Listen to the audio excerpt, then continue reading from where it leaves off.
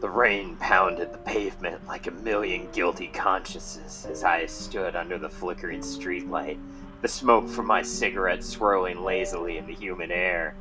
I'd seen enough of the city's underbelly to know that darkness had a way of seeping into every corner, but Ben's urgency was palpable tonight.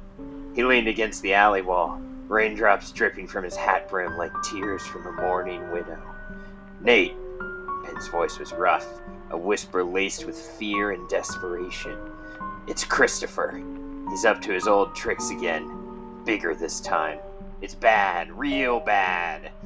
I took a long drag, the ember casting a fleeting glow on his haunted face. "What's he done now?" I asked, already dreading the answer.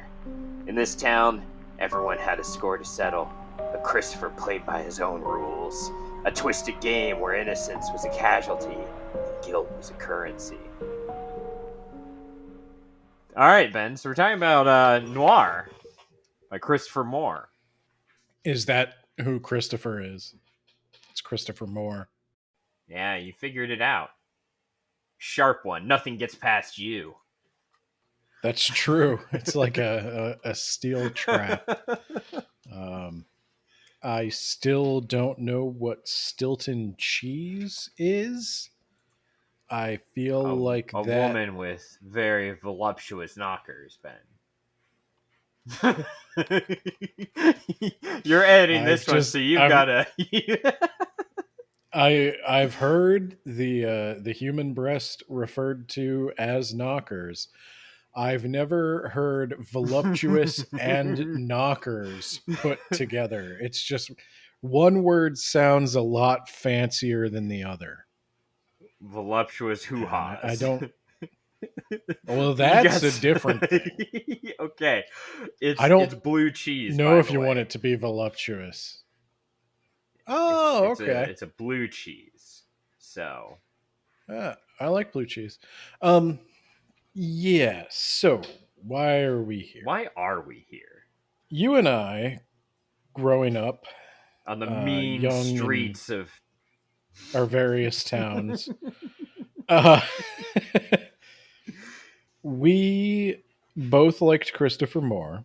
Last year, I believe, we revisited Christopher Moore and found that A Dirty Job, which we both loved, really did not hold up. Yeah, we both gave it, I think, 5 stars in retrospect, and then we reread it, and I think it went down to about 2.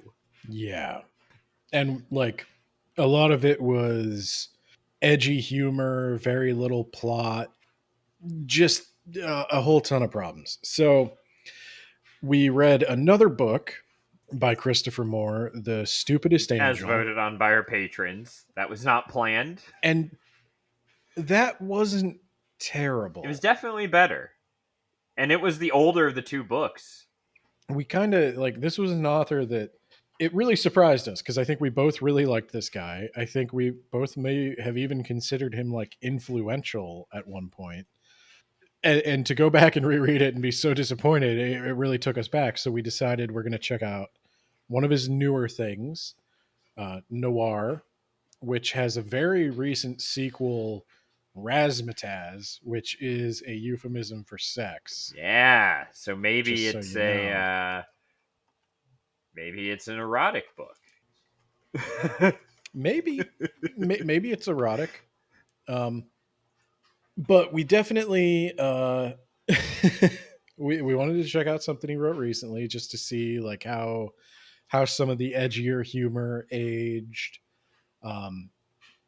Lots of mentions of the words politically correct when talking about Christopher Moore's writing.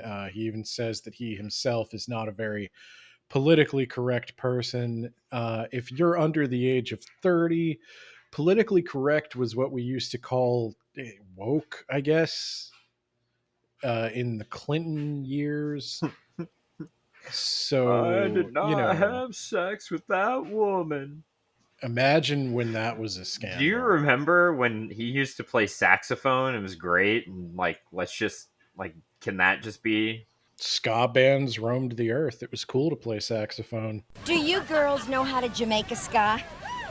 Jamaica what? And then 9/11 happened and it was over. Ska was done. So, Noir. What is it? That's Christopher Moore. He's a comedy. If you don't know, we covered his background a little more in some of the other stuff. He's a comedy writer. He has adopted San Francisco as his city.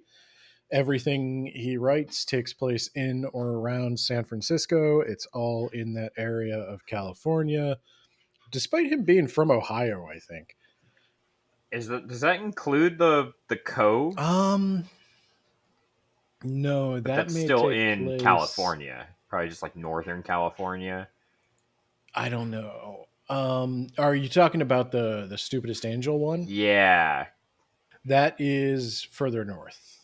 Okay. I don't know if it goes all the way to Northern California, but And north of San Francisco. if he was born in Ohio, I totally get why he has decided to put roots down somewhere else and write exclusively about that other place.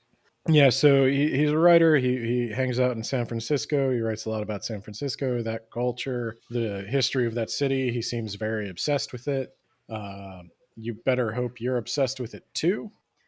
Who wouldn't want to drop $2,500 for a one-room apartment, Ben? You're lucky. I looked it up.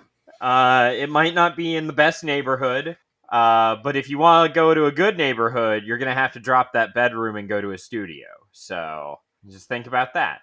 This one, I think it works out a little bit better. This book is still obviously obsessed with San Francisco, but I think it's a more interesting part of San Francisco's history than like 2000 whatever, where San Francisco it's fine. It's like any other city.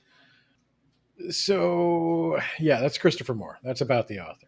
And that's why we're here. Good old we're trying to days. explore it. When you could actually afford to live in the city.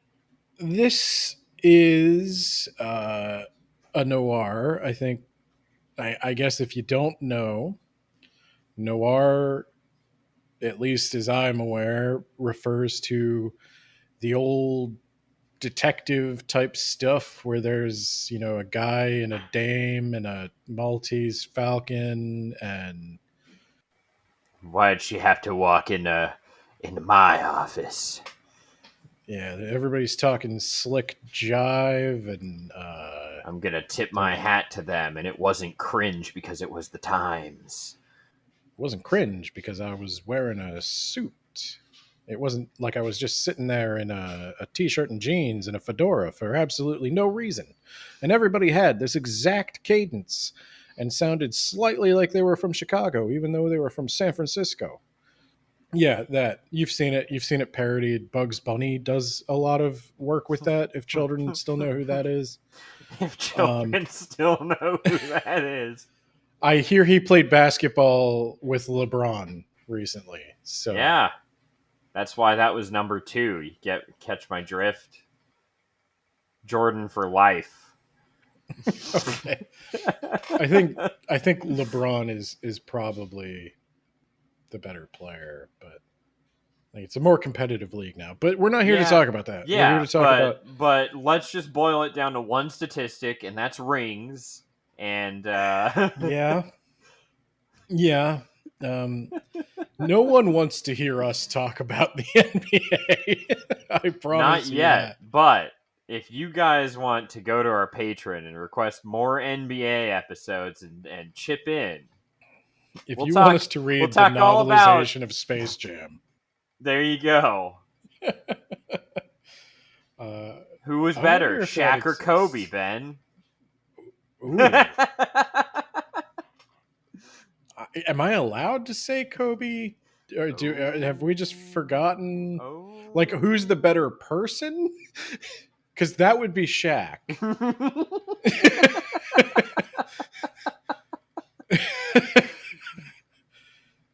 Hey, now those charges were dropped. Yeah. I am gonna probably have to go with Kobe, but again, Go to our Patreon. Well, Go to our patron. You let us know, Shaq or Kobe. That's what we want from this book podcast. Noir by Christopher Moore is a novel about old-timey detectives. Not detectives in this case, just weird people. It takes place in 1947. I looked that up. Yeah, I knew that because of the Roswell incident. Spoilers. I had forgotten what year the Roswell incident happened. As much as I am into UFOs and stuff, I don't actually care that much. So the real question that everyone is going to want to know is who was better than the St. Louis Bombers or the Pittsburgh Ironmen? 1940s. Are these 1940s Chicago NBA Stags? NBA? What sport is this?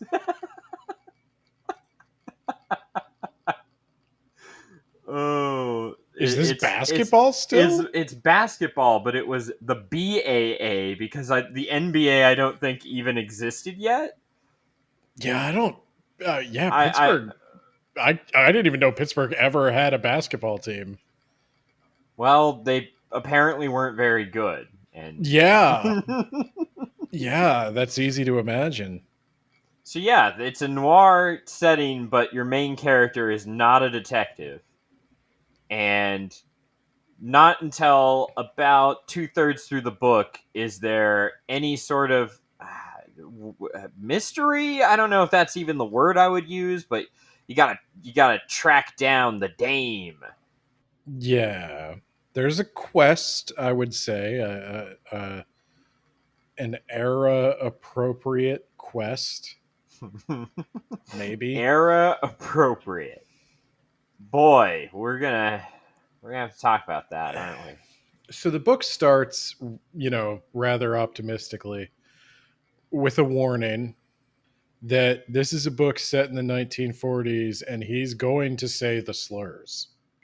Like, that's just going to happen. It would be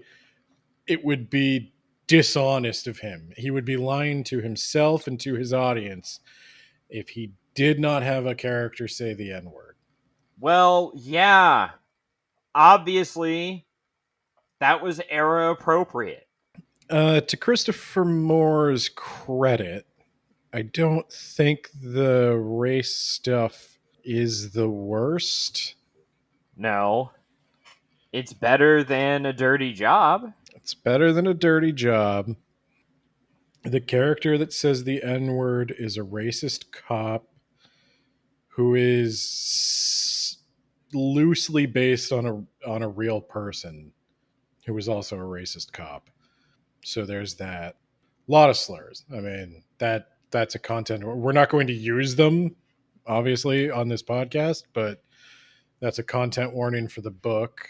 Is there's a lot of that, and look, I don't want to be offended on behalf of anyone who is not actually offended by this. I don't know how much it's really my place to comment on the usage of slurs and quote unquote politically incorrect language when talking about a historical novel or what do they call it, a period piece. But I will say his commitment to historical accuracy, I think I really started questioning how deep that commitment was around the time I realized that the poisonous snake was the second narrator. I when you said that, I did a double take. I was like, hold on. What?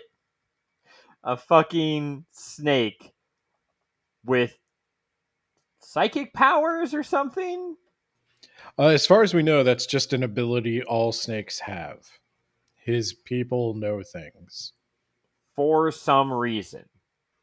I have no idea why. I don't understand. Oh, I can help you understand. It's because the noir stuff is usually written in the first person present tense. And he But couldn't get around he that. needed to do a lot of exposition, but none of the Yeah. characters could have an honest conversation with one another because that would not be wacky and funny. And so it had to take the form of an omniscient third person narrator who was a snake, a black mamba, illegally imported into the United States for the purpose of being used in, let's charitably say, Chinese medicine.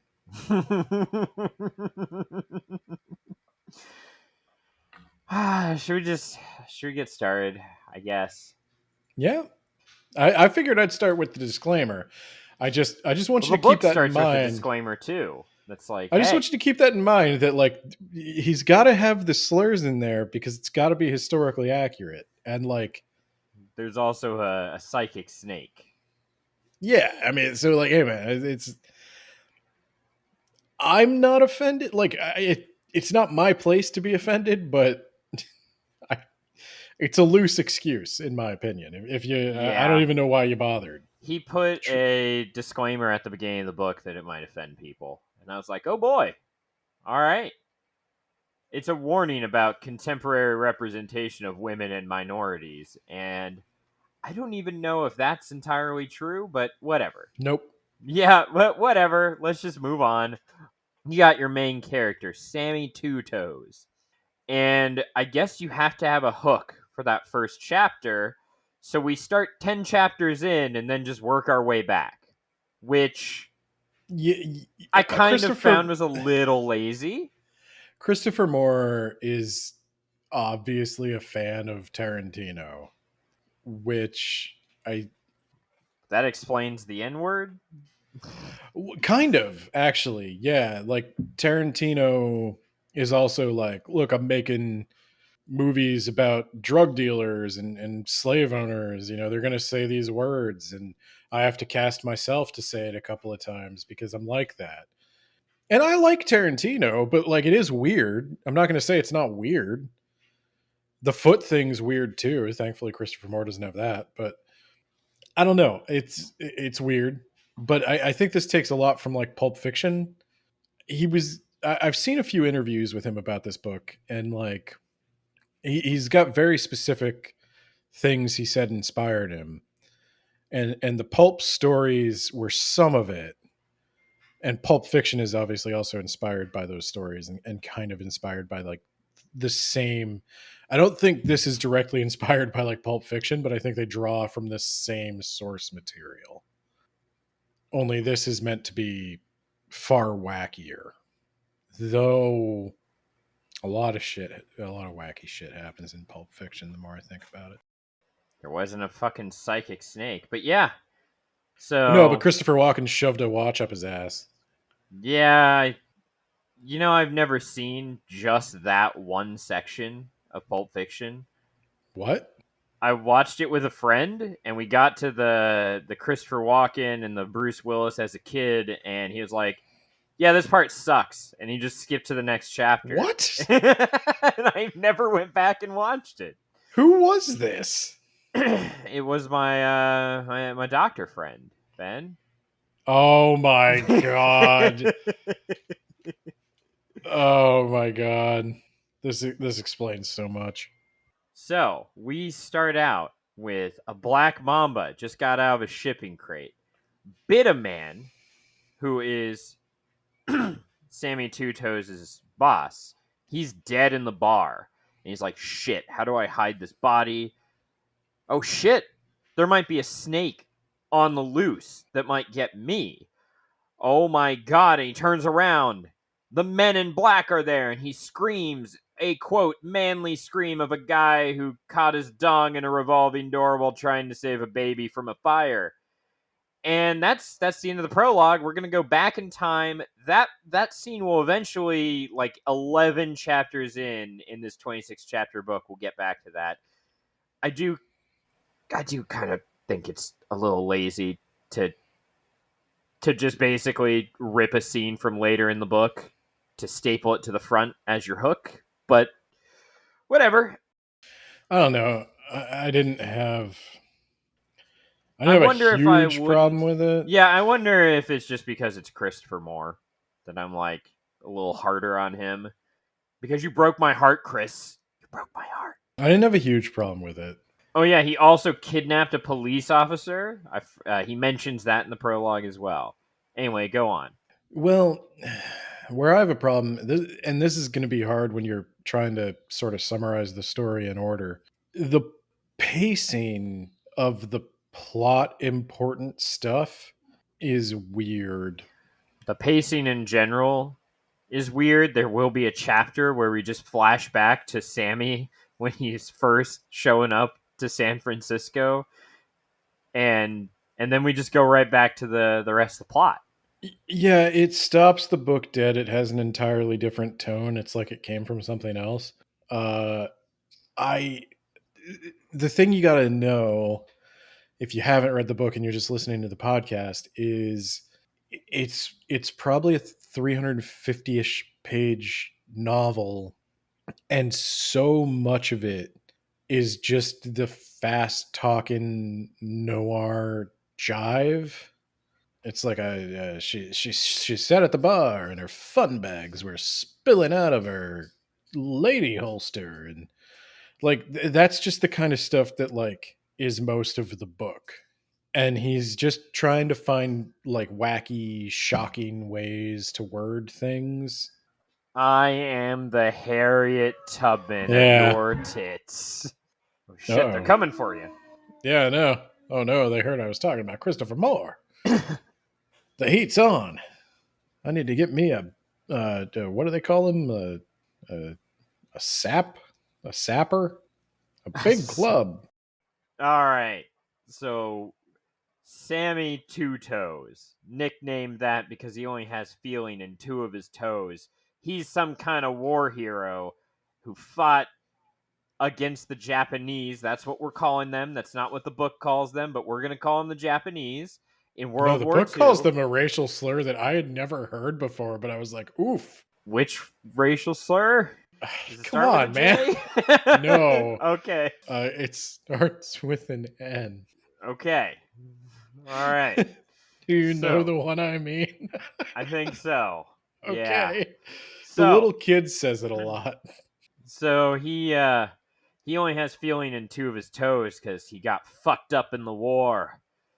But he's back here after heroically serving his country as a bartender for a shady guy named Sal, who is Italian. And he'll tell you how Italian he is, but he's not here right now. No. In walks the broad, the dame, the Gabagoo, and she had the kind of legs that prevented her butt from resting on her shoes. Brilliant. Some of them, like I that one made me smile. Yes, like some of them are good. That's why I wrote that one down. But he just throws them at you a mile a minute. And she is maybe some sort of dancer or something. Who knows? But she sticks out. She's got a red dress on. She's on the cover of the book. Just go look at the cover of the book. That's her. And her husband is dead. He went to the war, Ben, but he wasn't so lucky. All she got was a flag instead of him, Ben. Sad. What is war good for? Absolutely. Exactly. Anyway, her name is Stilton, Ben, like a cheese. Some sort of that British cheese we all know. Yeah. Stilton. The best name to give your child. And that's her last name. Stilton, is that really her last name? I thought it was her first name. No, it's her last name. I'm pretty sure. A few moments later. First name, Stilton, like the cheese. Like what cheese? Okay. Stilton. You've never heard of it? It's an English cheese. Suck it, Ben. You got me. Yeah, because she talked about how her dad gave her that name. It's just a real solid name. 10 out of 10. Would name again. Yeah. Have 4 daughters, all of them named Stilton. And then they go off to the war, and, So, at this point, a bunch of stuff had happened, and I wrote, wow, I realized why they put that warning in. Yeah. So, if you look closely, you can see an alien's hand on the cover. Yeah, I'm sure that won't come into historically anything. accurate. I'm sure that won't matter at all, Ben. This is a noir setting. There's no room for aliens. That'd be silly. It would be inappropriate. It would be lying to me and lying to you if we did not use era appropriate racial slurs and use them often. Also, the word douchebag in 1947. Oh, wow. Way to jump the gun. Yes. That did stick out to me like a sore thumb. He calls Sal a douchebag. So Sal comes in his scene in the next chapter. Stilton leaves. She gets a drink, and Sammy is smitten. He's going to spend a lot of time trying to find her because back then that wasn't called stalking. That was just how you made friends. She didn't have an internet or phones. Anyway, Sal is in here. Sal, his boss. And he talks about how Italian he is. And did you know that the Italians invented the douchebag, according to Sammy? Well, they did. You get it? Now he's going to start talking about how much of a douchebag he is. I Googled it. They didn't start using douchebag as an insult until 1960s. The 1939 novel 90 Times Guilty includes a pimp named Jimmy Douchebag. And the Historical Dictionary of American Slang traces the epithetical usage to a 1946 journal article about military slang, which offered the definition of douchebag as a military misfit. So I think Christopher Moore might win this round. He no, because Sal is not a military misfit, and that was 1 year prior. So I doubt that it caught on. I don't care how advanced San Francisco is with their flying cars and their floating city in the sky that is 100% earthquake-proof. They didn't come across this ahead of the curve that hard. He just wanted to use the word douchebag. I don't know. I think it's period accurate. I don't, and you're wrong. Anyway, Sal. Sal came into money by being a prohibition alcohol runner back in the day. Now he owns a bar. Bootleggers. I will not. And now he needs a new angle. And maybe, just maybe, he's going to make pizza for dogs. Brilliant, brilliant business decision, this man. Give that guy a Nobel Peace Prize. So I again whisper synced this because when I have to read a book as fast as humanly possible, I listen to it when I am walking and I read it when I am sitting. And the narrator of the audiobook is actually pretty good. Yeah, I would agree. Gotta say, he's pretty funny. He adds a lot to it. And he makes Sal sound like fucking Marlon Brando in The Godfather. Yeah, gabagoo. Which is not how Marlon Brando sounds in The Godfather. Oh, you're here on the day of my daughter's wedding. Gabagoo. Okay. You're halfway between like what a baby says and a lunch meat. So, But yeah, no, he does a good voice for Sal. so Sal has come to Sammy on this, the day of his dog pizza invention idea, and he has a task for you, Sammy, my boy. And either you help me out and make money, or I'm going to just happen to accidentally make an anonymous call to the police that when you were younger, you clocked a police in the face and ran away. That was you. They're going to get you. Well, he actually like escaped from prison, right? I thought he was being arrested and he smacked him and ran, but maybe I thought he was on getting a out of work prison. detail. He was on a work detail and he smacked the guy and ran. Maybe. Never addressed in the backstory, by the way. Yeah, well, we got a lot of other stuff to get to. And, see, right now, we're like a train, Ben. We're on the rails. It's nice. We're heading towards a destination. I've got a job for you. You're going to get a bunch of girls for these Bohemian men. And just FYI, they can't be ladies of the night. They've got to be like the girl next door. You know, like Dorothy from The Wizard of Oz. Not exactly like that. Definitely don't dress up 40 women to look like Dorothy from The Wizard of Oz. But like, that's exactly what's going to happen. Anyway, Sammy, my boy, you got to find these women. You got to get them for an influential general. And the general's going to give me a ton of money. And he's going to get in with these Bohemian men. Everyone's going to win in the end, Sammy, my boy. The Bohemian Grove. Yeah. Does it have anything to do with the actual kingdom of Bohemia, Ben? No, so kind of. Not really. Like, you know how Bohemian is like an old timey thing for like artists and stuff? Oh, I thought it was an imperial state in the Holy Yeah, Roman I know your Empire. Crusader Kings bullshit. But no, like It's a great outside of start, the Ben, because your inheritance goes to the eldest from the start, and all your territory is centralized, and all of them are in your culture, so you can develop the shit out of it, and you can break away, and you can become the emperor. so I don't know the exact Gabagool! gabagool. I don't know the exact etymology of this, but at some point a bohemian came to refer to a hip young artist, like the kind of artist who is Yeah, I saw Rent, Ben. yeah, it's like rent. It's a bunch of people, it's a bunch of annoying people who don't want to pay rent. Yeah.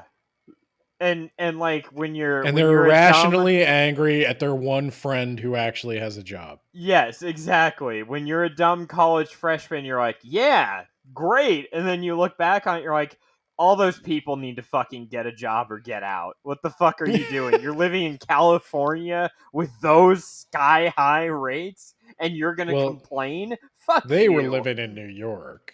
They were. Yeah. That's right, because okay, yeah. Even not better, Ben. In fact, probably worse. Well, New York at the time they were living in New York, it really sucked, and you probably would die. Does it not suck now? Just get on a bus with whatever money you have and go away. The one guy does that. Yeah, and he's the bad guy apparently. He's the bad guy for not getting fucked up on drugs and dating this woman who has AIDS, Ben. What the fuck They is this? both have AIDS. Everyone Yeah. has AIDS in Rent. Yeah, Except the guy who sucks the most. Except Mark. Is he the guy Mark who doesn't films have everything? AIDS. Yeah, he's the misery tourist. He's filming. I He's fucking at the hate AIDS, that guy. He's at the AIDS like the group, like the support group, like just Yeah, filming just with everything. a camera in He's everybody's like, fucking face, filming their trauma. Like, oh yeah, I'm gonna die here. Well, let me get that on camera. It'll make a great shot. Could you tell me again how you're gonna die? I didn't quite get the angle. No, I hate Mark. Mark fucking sucks. Worst part of Rent, and that's saying something. It's saying something. Anyway, back to the Bohemians. The Bohemian Grove is a camp out in the redwood forest. And I think it was originally supposed to be a thing for like artists and their, rich guy patrons. Unlike our patrons who are lovely working class people. Probably, I don't know. And eventually this became hip and trendy, and a bunch of like elites started getting into the Bohemian Grove, and they kept a few artists on to like keep up pretenses, and they got into like all this weird like And they ruined pageantry. everything like they always do. Thanks, guys. Yeah, but this gets into a really weird story, because the only reason I know about the Bohemian Grove, and I think the only reason Christopher Moore knows about the Bohemian Grove, is because of a young up-and-coming journalist by the name of Alex Jones, who found out that a bunch of rich guys were doing these psychodramas. If you subscribe to the Words About Books Patreon, you may recognize the term psychodrama from the Satanic Bible. So these psychodramas are like rituals they do to, I don't know, achieve some psychological effect. And one of the big ones, the only one I know about because it's the one Alex Jones knew about, and he did this big screeching expose, is the cremation of care, which is the ritual that happens in this book. And it's where they build a big old owl effigy and they name it Care. And it represents all of your cares and worries and concerns. And then you burn it. So they in just a never grand grew up ritual from their college freshman day, because that sounds it's like a big college frat freshman. party. Yeah, exactly. It's a big frat party. It yeah. really sounds like, oh, okay, yeah, you want to burn something and feel better? Let's do it. And get the Alex booze Jones, out. he's sitting there. He's like, oh, Bill Clinton's sitting there worshiping owl gods Baphomet. yeah. Tell me more about the cremation of Care. But everybody goes there. I think Richard Nixon went there, and he said something about it being gay. I honestly think I honestly think Richard Nixon went there and said something really homophobic about it. I can respect that, actually. Not the homophobia, but just going there and just shitting all over it. Yeah, he could have chosen his words better, but I think I would have enjoyed it no more than him. But the Bohemian Grove is involved. So the plot of this book, believe it or not, relates. There's this Air Force general, which the Air Force, come on, guys, that's practically not even a general.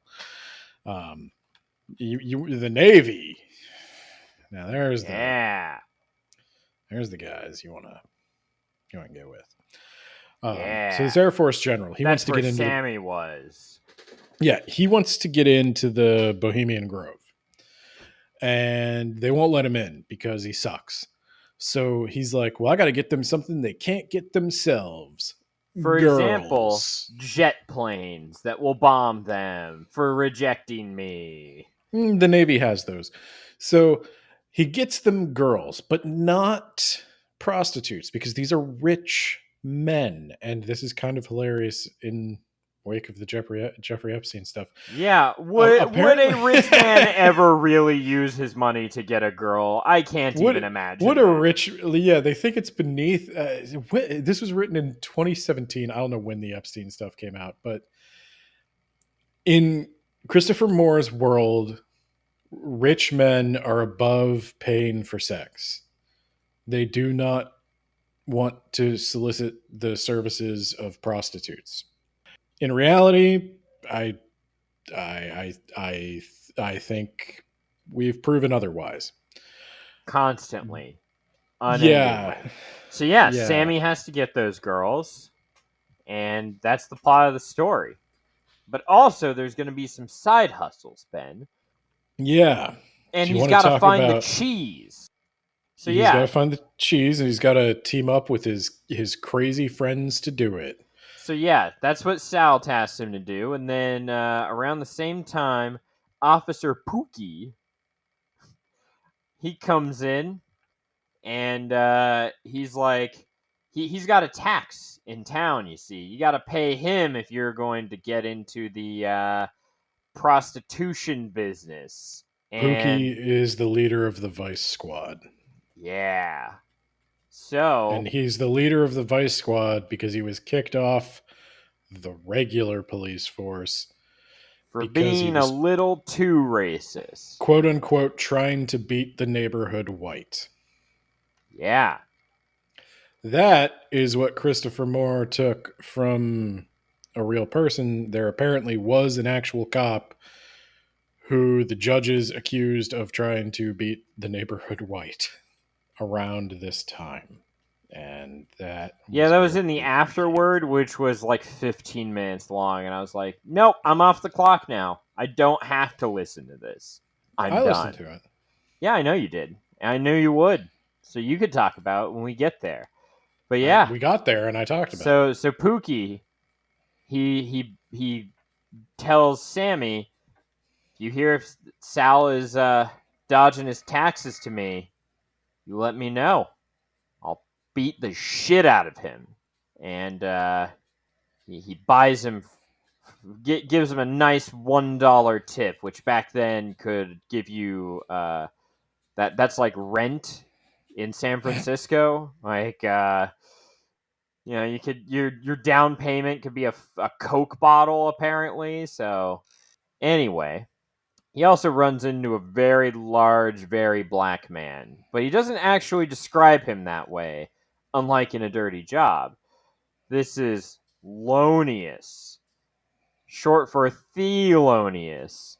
He's going to be in the Secret Service for FDR, so he's undercover as a black person. Question mark. You But really that's should have listened to the afterword for this one. Nope. Refuse. So He tells a heartfelt story about a personal friend of his on whom who this is based. who was going to be in the Secret Service for FDR, even though FDR is dead. Apparently, he and his friends, through a series of circumstances, wound up working a job with this black guy who was living in absolute poverty.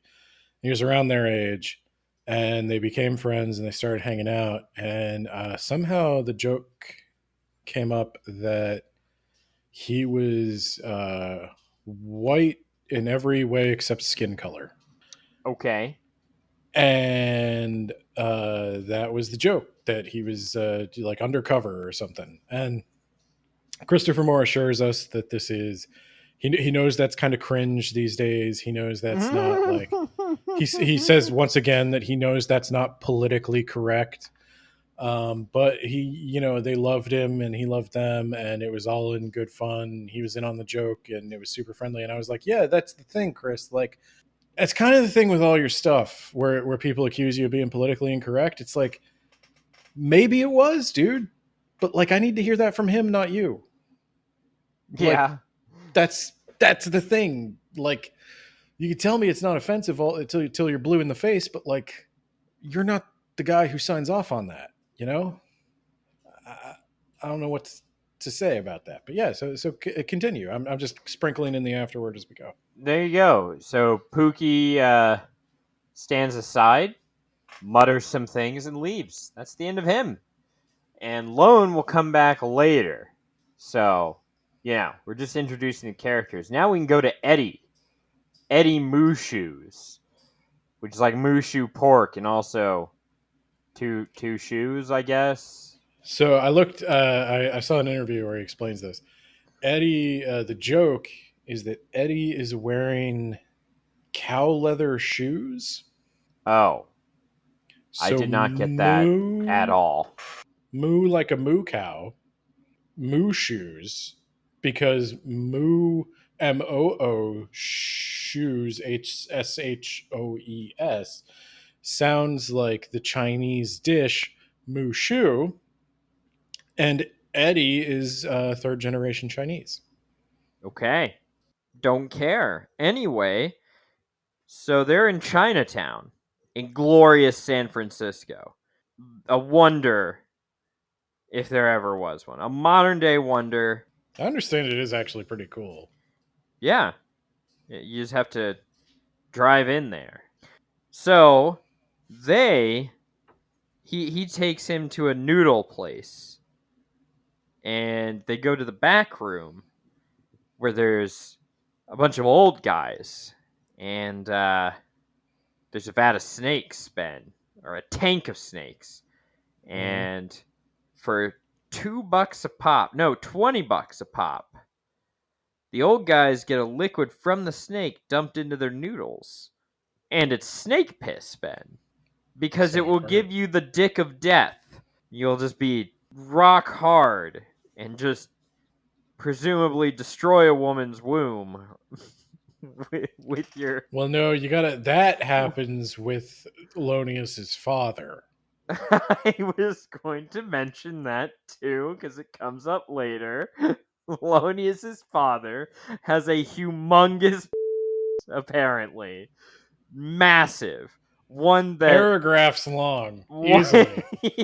paragraphs long of just nonstop how this ruined his wife's everything, and she wasn't able to have another kid afterwards because his is larger than a 7+ pound child.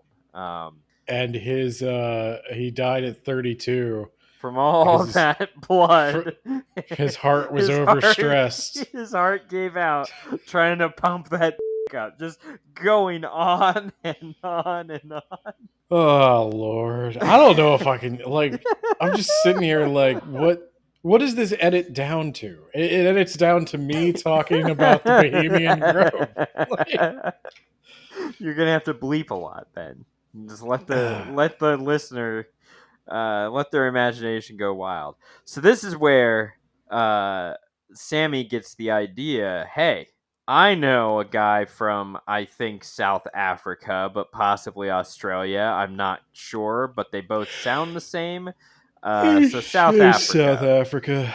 Yeah. That's where they have African snakes. And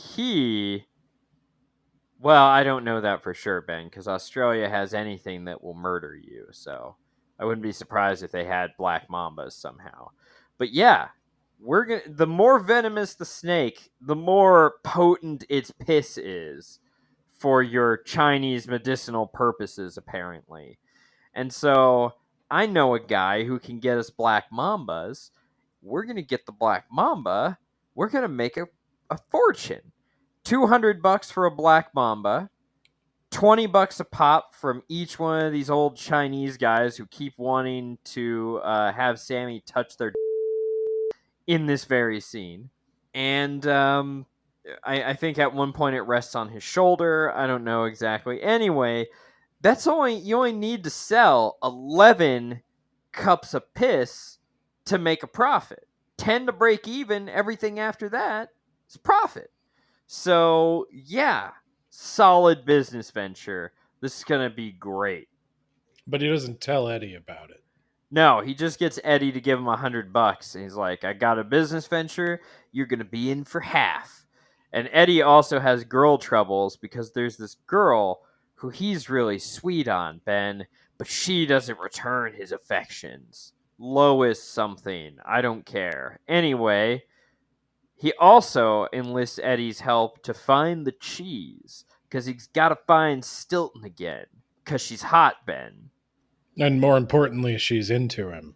There you go. The most attractive feature a woman can have is being into you. You know how like Hitchcock had blondes? Had what? Blondes. The Hitchcock blondes. Sure. Every Hitchcock movie has an attractive blonde woman because that was his type. Christopher Moore has a type. He is both a type of guy and a type of girl. And the type of guy is the scrawny, down on his luck beta male. Yeah, kind of beta male, but like really it's just a guy who's got just a razor sharp smart aleck wit and no other marketable skills. And his favorite type of girl is any like way too hot girl who's all about that. Yeah. He really has this thing for attractive women becoming infatuated with and taking pity on mediocre men. I don't want to read too much into that.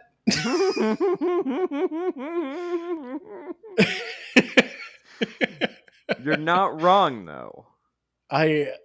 You are not wrong. That happens. is in 4 of the 5 Christopher Moore books. Yeah. The exception, I think, being Lamb. I think. Yeah, because that guy's Jesus. He can't be mediocre. Yeah.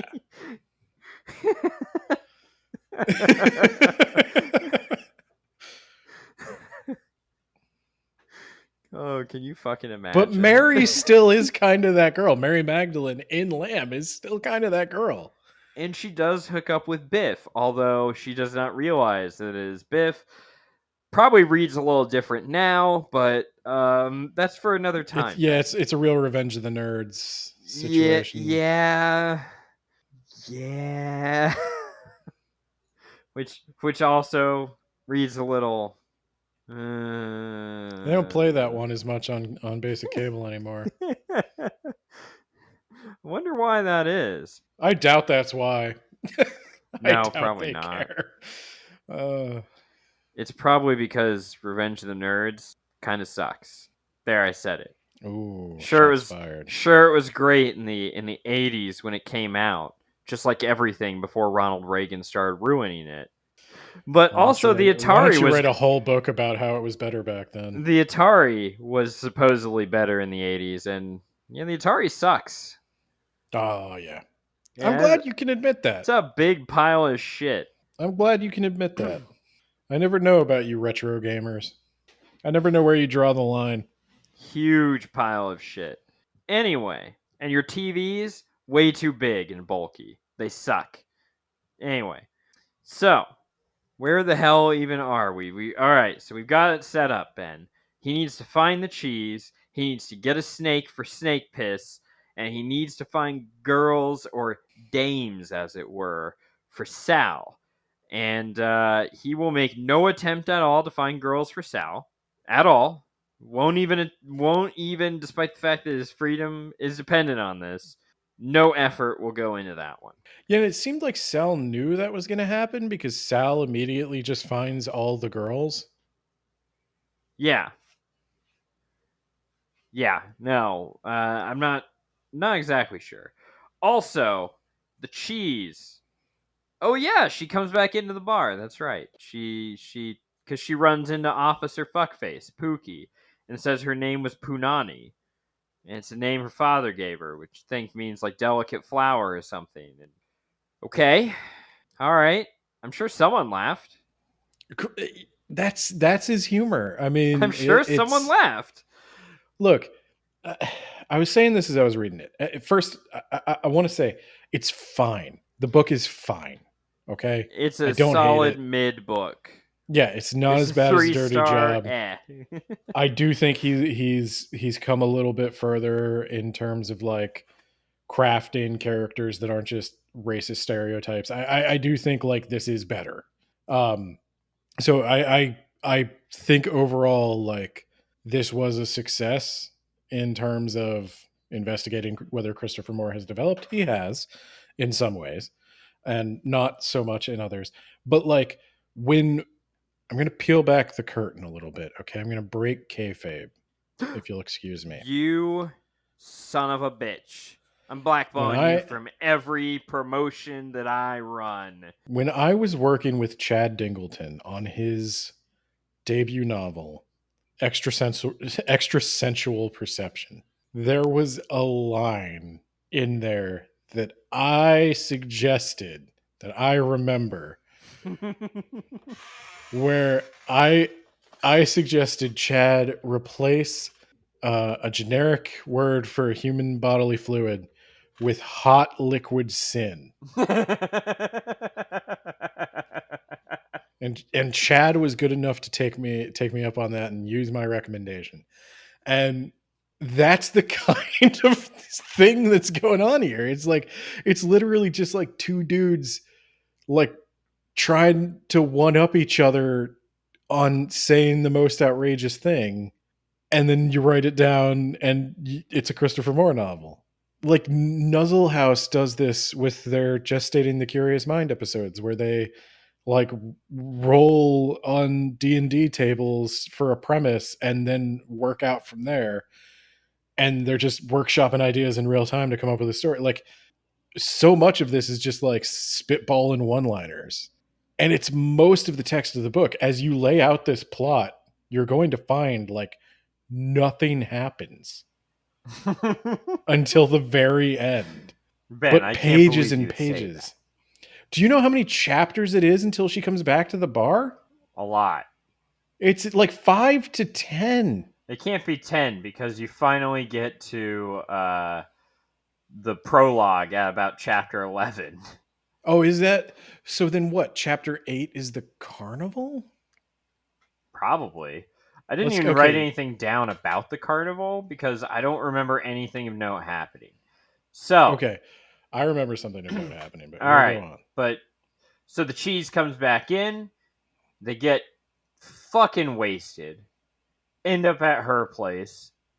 And then they bone. The razzmatazz repeatedly. They go at it and then they take a break to drink some more and then they go at it again. This is another Christopher Mooreism. He has this exact dynamic: the mediocre white man and the attractive girl who takes pity on him. and they're just gods in bed. Yeah, and the sex is amazing. Like, Christopher Moore has been rewriting this exact love scene. And I will call it a love scene. It's not like super explicit, but he has been rewriting this exact scene since he was probably in college. Yeah. Because I feel like this is in every one of his Sammy has books. a lot of cardio for a guy who walks with a cane.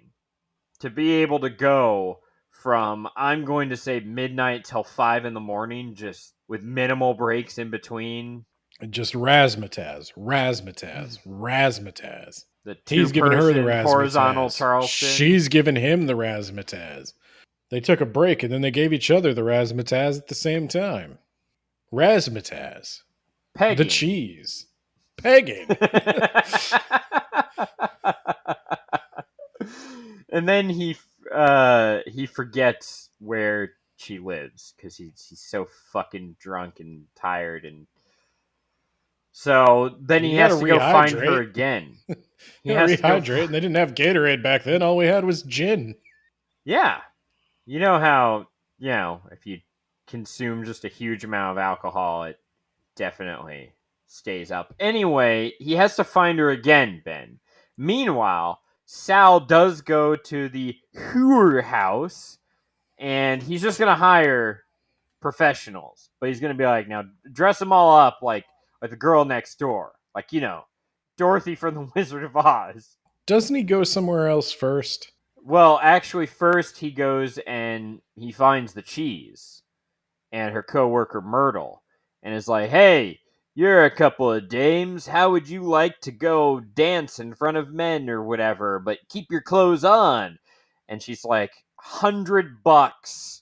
He's like, holy shit, you could buy part of San Francisco for that amount of money back in 1947. Gabagool! Yeah! But here you go. Fine. I'll give you each a C note, and we'll arrange a bus, the sexiest form of transportation, to take you women up to the Bohemian Club. And then he's like, well, Sammy's not gonna come through for me, so instead I'm gonna get Madame Whatever to give me some working girls. And then as he's leaving, cop shows up. Pookie threatens to beat him with a blackjack. And he's like, no, you got it all wrong. Sammy is actually the one doing this. I work for him. He's got some dirt on me. And Sammy's not even his real name. Also, he beat up a cop.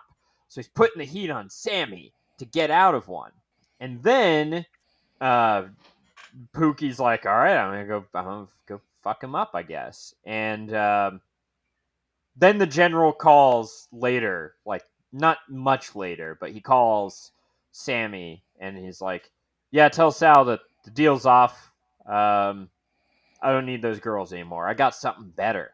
And And thanks. coincidentally, around this time, a racist orphan is telling Sammy all about this thing he saw on the radio about how a flying Saw on the saucer radio. crashed. Whatever. He was looking directly at those knobs as the He was listening to an old-timey podcast. Yeah. And the old-timey podcast, much like today, was the only reliable source of information. Yeah. That's why I'm putting all my money in Words About Books Patreon. The only reliable way to see a return on your investment. For a second, I thought you were going to tell me you were minting a new crypto coin. Maybe. Words About Book stamps. You can trade them for food. No, But that's only way too valuable. Only at select locations, Nathaniel. And select food. No alcohol. And select food. No entertainment. No alcohol. No. You don't need that. In fact, you know what? Just give me those stamps back. You can do just fine on your own. Yeah, hunger's a motivator. Read your own books. So, yeah, it's really great that that kid says a bunch of things and it's always wrong. He calls him a mascarpone and he's like, that's mascarpone cheese. No, it ain't. It's like, okay, all right. And he'll always say stuff like that. But then he's like, well, Sammy, I only say these ridiculous words because you yell at me when I shout slurs. Yeah. And Sammy's like, that's true. Okay. I guess this is fine. Yeah. You know what? Not bad. So that kid will be important later. He's gonna take all the messages and basically be his alarm clock. And he lives in the same apartment dwelling. He has a lot of uncles that his mom takes into her room. Bro, this street child actually taught me, a 36-year-old man, a racial slur. So yeah, if you're following the plot, and I'm sure you are, because we're doing a very good job, Sal needs Sammy to get girls, except he doesn't. And also the general has canceled. But the girls that he got are the Cheese and Myrtle. And presumably it's not canceled because they will show up at the Bohemian Club. So and Pookie wants to kick Sammy's ass. Yeah. So Sammy meets up with a guy whose name starts with M, I think, who is a cab driver who doesn't actually drive. I thought you had to actually pay for the cab or rent the cab, but whatever. And legend has it, he found a spot before the war even broke out, and he parked there. It was such a great spot, he just never left. Because it sucks to drive in California. It looks like a nightmare. I don't understand why you guys do it. You're all horrible. Anyway, yeah, I drove not through but around LA. Yeah, I would also give LA a wide berth. It looks like a nightmare. To be fair, much of the surrounding area was on fire at the time. So it was kind of a nightmare. So what you're saying, California, #1 state. Got it. Anyway, so he meets up with that guy. He meets up with Lone. There's a new waitress at whatever he's. I don't remember the name. I don't care. Cookies? Sure. Cookies. And they're like, oh my god, did the new waitress meet Lone yet? Because he's black. And turns out she's not racist. Very progressive, this San Francisco is. And so Lone, he gets a seat because he's going to eat him a whole meatloaf. And you guys want to watch me eat a meatloaf? Kinda. Yeah, I mean... Yeah. Sure. Yeah, kinda. Yeah. And, but then Pookie's there. And he throws the N-word around a bit. And Lone is like, look, man, I'm actually undercover. See, I'm not actually black. I'm undercover. And Pookie's like, are you smarting me? Because Pookie's drunk. Pookie's also looking for Sammy, but is distracted by the large black man. And he's gonna pull out his blackjack and, start beating a black man in the street. But Lone keeps talking, and he's like, okay, you know what? I'm gonna shoot you. Because I can just shoot you right here in the middle of the street and no one would care. Can you imagine, Ben, a reality where a cop could shoot where a cop a could just man? shoot an unarmed man in the middle of the street for racially motivated reasons and just get away with it? What Not in America. Yeah, exactly. What a crazy dystopia that would be. Anyway, he's reaching for his gun, and bam! Sammy cracks him with a cane, and that only phases him a little bit. Like, motherfucker, you just hit me with a cane. So Lone punches him in the head. Lone, whose hand is 10 feet across, just smashes this dude's face, and they did a little oopsie. And Sammy's like, fuck. All right, Milton, I think is his name. I don't know. All right, Eddie, because you're also here. I forgot to mention that when saying the scene. We gotta get this guy, Pookie, in the back seat. We gotta drive. We gotta drive somewhere else. I don't have any plan. I'm just gonna start driving horribly. And so they do. And every time the cop might wake up, punch him. Just hit him in the head again. Just every time. Just keep hitting him in the head. This was before we knew about concussions, Ben. Was it also before we knew about heroin? No. So Eddie is like, dude, where are we even going? And he's like, I don't know. And I don't know. You have any ideas? He's like, well, my Uncle Mao, who you think it's named after the communist who is actively still fighting in China, I think, at this point. But no. It has to do with the fact that he maybe the cat Ben. We find out later from a psychic Black Mamba that he did not, in fact, do that, Ben. I don't know how to edit this episode. You're going to have to bleep that. I mean, it's actually a plot point that is a lot of page time more page time is devoted to that than is devoted to explaining why Sammy was on a work detail and punched a cop. I don't even remember him being on a work detail, so that shows you how important it was. He had gotten some kind of driving under the influence conviction, and he was on a work detail, and the cop said something he didn't like, and he punched him and he ran away. Yeah. That's all I know about that. But I know a lot about Mao. Yeah. But you call him Ho, because that's his actual name. I wondered about that, because I was like, wasn't his name Ho? Yeah. But they call him Mao. Okay. Which is kind of mean. Maybe you guys should drop it, but yeah. I mean, they call me Wilo, so. I thought it was Guilo. Guilo, whatever. I learned that from Deus Ex, Ben. Anyway, so going to Uncle Mao, and he sticks a syringe in this cop's neck, dosing him with heroin. Mao runs Ho runs an opium den. Yeah. But he's also dabbling in this hot new thing the kids call heroin. He's real good with dosages. Real good. So, we need to figure out what we're going to do with this whole I beat up a cop thing. So we're going to keep him under for a little bit while I come up with a plan. And I will never think of this again. I have no plan. I will never come up with a plan. Hopefully this problem resolves itself. Well, and Ho's kill him. And he's like, no, I'm not going to do that. And I'm like, is that the high road? Is he taking the high road? Is this the high road? You beat him repeatedly. He definitely has brain damage, and you're dosing him with heroin. I don't know if I'm kind of on you know what? You might as well just kill him at that point. Spoiler alert. He comes to and then gets shot dead. Spoilers. I mean, look, I'm not I'm not going to feel sympathy No.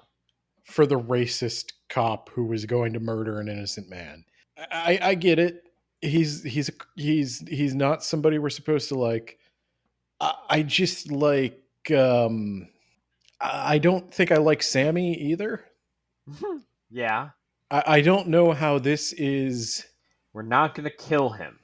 But he does think about framing him for murder.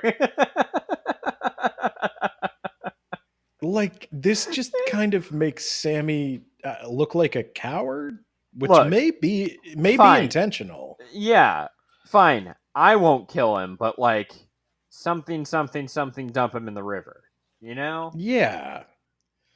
Like, it just makes Sammy look like a coward. Like, I don't think Christopher Moore wanted this guy to. Murder a cop in cold blood, no matter how racist he was. But it wouldn't have been in cold blood. It would have been in the defense of his friend. Yeah, he probably should have just killed him. Like that blow to his head took him out, and they're like, "Shit, we gotta cover up our crime." I would have appreciated that a lot more than you're beating this man as he comes to, and you just keep trying to knock him unconscious. I would, just speaking from my experience, Ben. I would rather you just kill me than give me the brain damage and the heroin addiction. Well, this is also like it's another. It goes back to that like it just seems like a book that was written by two people trying to one up each other on the most shocking thing. I don't believe at this point in the draft, Christopher Moore had a plan. No, there is no plan here. And the plot is very meandering. You could have gone back and fixed this. Pookie shouldn't be there. Or he should be tied into the main plot. I'm going to make one of my famous words about books cut suggestions. Cut Pookie and you tell me what changes. Nothing.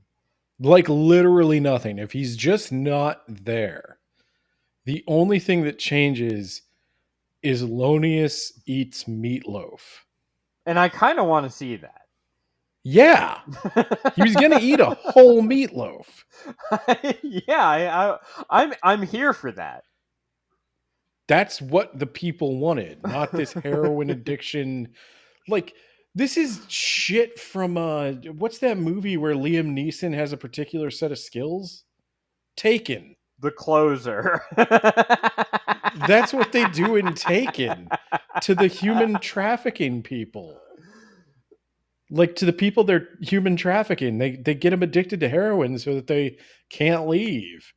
Like, it's fucking weird, man. So, and that's another thing with Christopher Moore. It's just he always just goes a little too far. It's a little too far for your wacky story about fucking aliens and talking snakes. So they put Pookie away. And they're like, okay, so we're building up that tension. And then not soon afterwards, oh yeah, I guess they go to the deli and they meet Myrtle and the cheese, and they have their own little deli language and stand-up comedy. And then he and the cheese go to a fun house, and apparently the cheese gets her image. What are they called? Why am I blanking? Caricature. And he's like, did you pose for other men? She's like, you're an asshole. Then they break up, and then the Sal thing comes full circle when he gets bit by that black mamba, and so now we've got these story threads, Ben. The Bohemians, the general canceled this thing, so I guess that's not a thing anymore. And Pookie, he brained him, and now Sal is dead. He's gonna have to hide that body, and how's he gonna get out of all these things, Ben? The two things, and also he has to make up with the cheese. I've read a Christopher Moore book, so I assumed the alien was just gonna fix everything. I wasn't right. The alien didn't fix everything. Just most some of it. Yeah. Indirectly, he fixed a lot of I things. thought the alien actually. was going to come down and have psychic powers and he was going to like wipe somebody's mind or something. But the alien comes down with a fucking gun and just makes bodies until there's it's solved. Which was funny, I guess. I wasn't expecting that. I mean, and that's where we can end this episode if you want. Basically, we went in a loop. We started at the prologue, we went 11 chapters in, and we're back at the prologue. Is this a two-parter? This is a two-parter, Ben. All right. Can I say one thing? Yes, please close us out with some profound wisdom. Oh, that's not what I was gonna say. Well, close us out with whatever you're going to say, and I will make it sound wise. I'm editing it. I know. Okay. So I just wanted to say, like, the one weird thing about this book is Sammy is the 1940s were apparently a very racist time, right? We all knew that because of the warning up front that we were going to use a bunch of racial slurs. But Sammy is tolerant. He's got a diverse set of friends. He's best buddies with a Chinese guy. He's best buddies with a black guy. He's cool with the LGBT community. He's just the most non-judgmental person in the world. Was there an LGBTQ community back then? I don't know. I don't know anything about it. I mean, there's a drag bar in this book. Yeah, I know in this book. But no, I think there was actually. Okay. I can believe that in San Francisco. But probably a bigger city, probably leads the way. Yeah.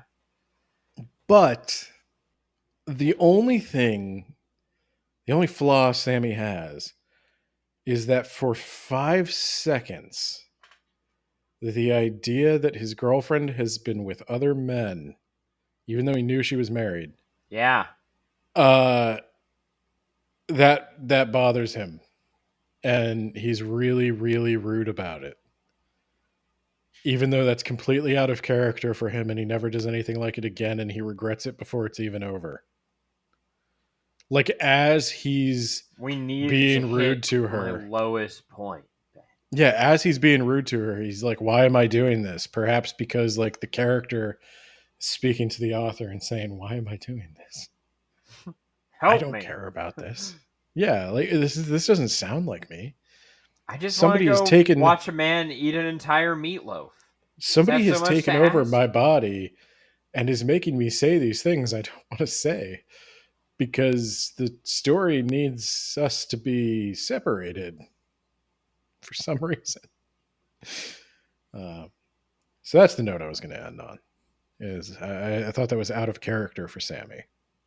The note I'm going to end on is that the San Francisco 49ers went to the Super Bowl twice in the last 5 years and got slapped down both times, baby, by the Kansas City Chiefs, Ben. I know. You have Taylor Swift. You're the problem. We're harnessing that Swifty energy. Join us next time. We will finish talking about Noir. We'll badmouth San Francisco a few more times. Just because. They can take it. What they can't take is an earthquake. They are not prepared at all. But you know who is prepared? Our patrons. Because I don't think any of them live in San Francisco. Good call. Our patrons couldn't live in San Francisco unless they were fucking rich. Well, some of our patrons are, and those are the ones that subscribe to the Yacht Plan tier. And they are Isekai Sensei Sama of the That Time I Got Reincarnated in the Same World as an Anime Podcaster podcast. Jamie, the Gravy Man of the If You Want the Gravy movie blog. I think I saw a book on there. Nothing else. I think I saw a book on there. No, it's not allowed. Or it's not It's not allowed. allowed. No. We'll have to talk to our legal counsel. Yeah, John Bierce, actual author of the Mage Errant, The Rack. John also has a Patreon where you can check out his short stories, and of course, Spooky Shy, Shower the Y, over on TikTok. And with that, I'll see you guys next time. Bye.